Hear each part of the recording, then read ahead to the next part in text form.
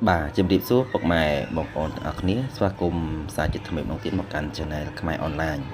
Ok chẳng xâmรับvideo ngày ní cứ nhóm nâng bằng hành bóng ổn vì rộp biệp này cả bằng cát account Alibaba nằm bây tục bán ở coupon bán chọn đồng lấy $30.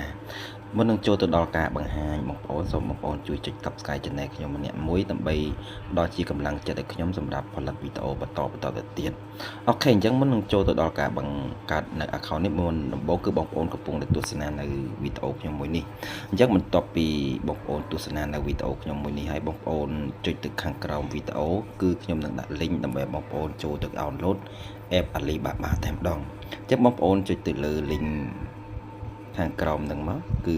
បងប្អូនចុចទៅលើ link ហ្នឹងមកបាទអញ្ចឹងនៅពេលដែលបងប្អូនចុចទៅលើ link នៅខាងក្រោមវីដេអូរបស់ខ្ញុំនេះហើយគឺដំណើរការមកកាន់ត្រង់ចំណុចនេះផងដែរអញ្ចឹងត្រង់ចំណុចនេះគឺបងប្អូនចុចទៅលើពាក្យ claim now ដើម្បី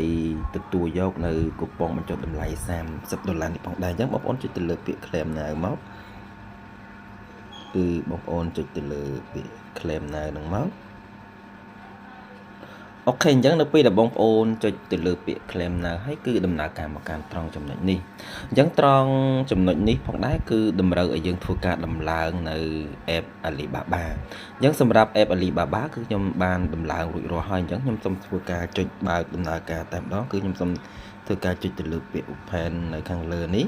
គឺចុចទៅលើពាក្យ open នៅខាងលើនេះតែម្ដងអូខេអញ្ចឹងនៅពេលដែលបងប្អូនចុចទៅលើពាក្យ open គឺបើកដំណើរការ app Alibaba ហើយគឺតម្រូវឲ្យយើងធ្វើការចុះឈ្មោះអញ្ចឹងសម្រាប់បងប្អូនចង់ចុះឈ្មោះជាមួយនឹង Google ក៏បានបងប្អូនចុះឈ្មោះជាមួយនឹង Facebook ក៏បានឬមួយបងប្អូនចុះឈ្មោះជាមួយនឹង email ក៏បានដែរអញ្ចឹងសម្រាប់វីដេអូនេះផងដែរខ្ញុំសូមធ្វើការ recommend ទៅកាន់បងប្អូនចុះឈ្មោះជាមួយនឹង Facebook ព្រោះការចុះឈ្មោះជាមួយនឹង Facebook គឺមានភាពងាយស្រួលបន្តិចបាទអញ្ចឹងបងប្អូនចុច continue with Facebook ហ្នឹងមកបងប្អូនចុចទៅលើពាក្យ continue with Facebook ហ្នឹងមកគឺដំណើរការទៅកាន់ត្រង់ចំណុចមួយទៀតអញ្ចឹងត្រង់ចំណុចនេះផងដែរគឺតម្រូវឲ្យយើងធ្វើតម្រូវឲ្យយើងចុច continue ខាងក្រោមនេះអញ្ចឹងយើងចុចពាក្យ continue ខាងក្រោមហ្នឹងមកគឺចុចអក្សរពណ៌អក្សរគឺលើប៊ូតុងពណ៌ខៀវហ្នឹងមកគឺបងប្អូនចុចលើត្រង់ចំណុចហ្នឹងមកអូខេអញ្ចឹងទៅមានតែបងប្អូនចុចមកដល់ត្រង់ចំណុចនេះគឺ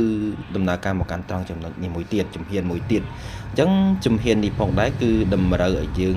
ចុច continue with Facebook សារជាថ្មីម្ដងទៀតអញ្ចឹងបងប្អូនធ្វើការចុច continue with Facebook សារជាថ្មីម្ដងទៀតមក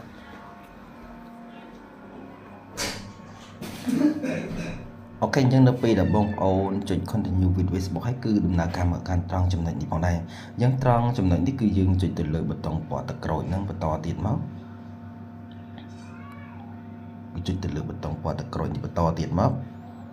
អូខេអញ្ចឹងនៅពេលដែលបងប្អូនចុចទៅលើប៊ូតុងពណ៌ទឹកក្រូចគឺដំណើរការមកកាន់ត្រង់ចំណុចនេះផងដែរអញ្ចឹងត្រង់ចំណុចនេះផងដែរគឺតម្រូវឲ្យយើងធ្វើការចុចទៅលើ allow អញ្ចឹងបងប្អូនធ្វើការចុចទៅលើ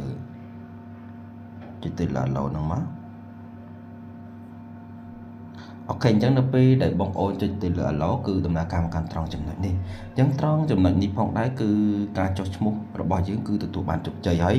ដើម្បីឲ្យដឹងថាតើកូប៉ុង$30យើងទទួលបានឬមួយក៏អត់បងប្អូនមើលនៅខាងលើណាបងប្អូនមើលមកខាងលើនេះមកនេះត្រង់ចំណុចនេះគឺ$30អញ្ចឹង$30នេះផងដែរគឺកូប៉ុងបញ្ចុះតម្លៃនៅពេលដែលបងប្អូនធ្វើការបញ្ជាទិញ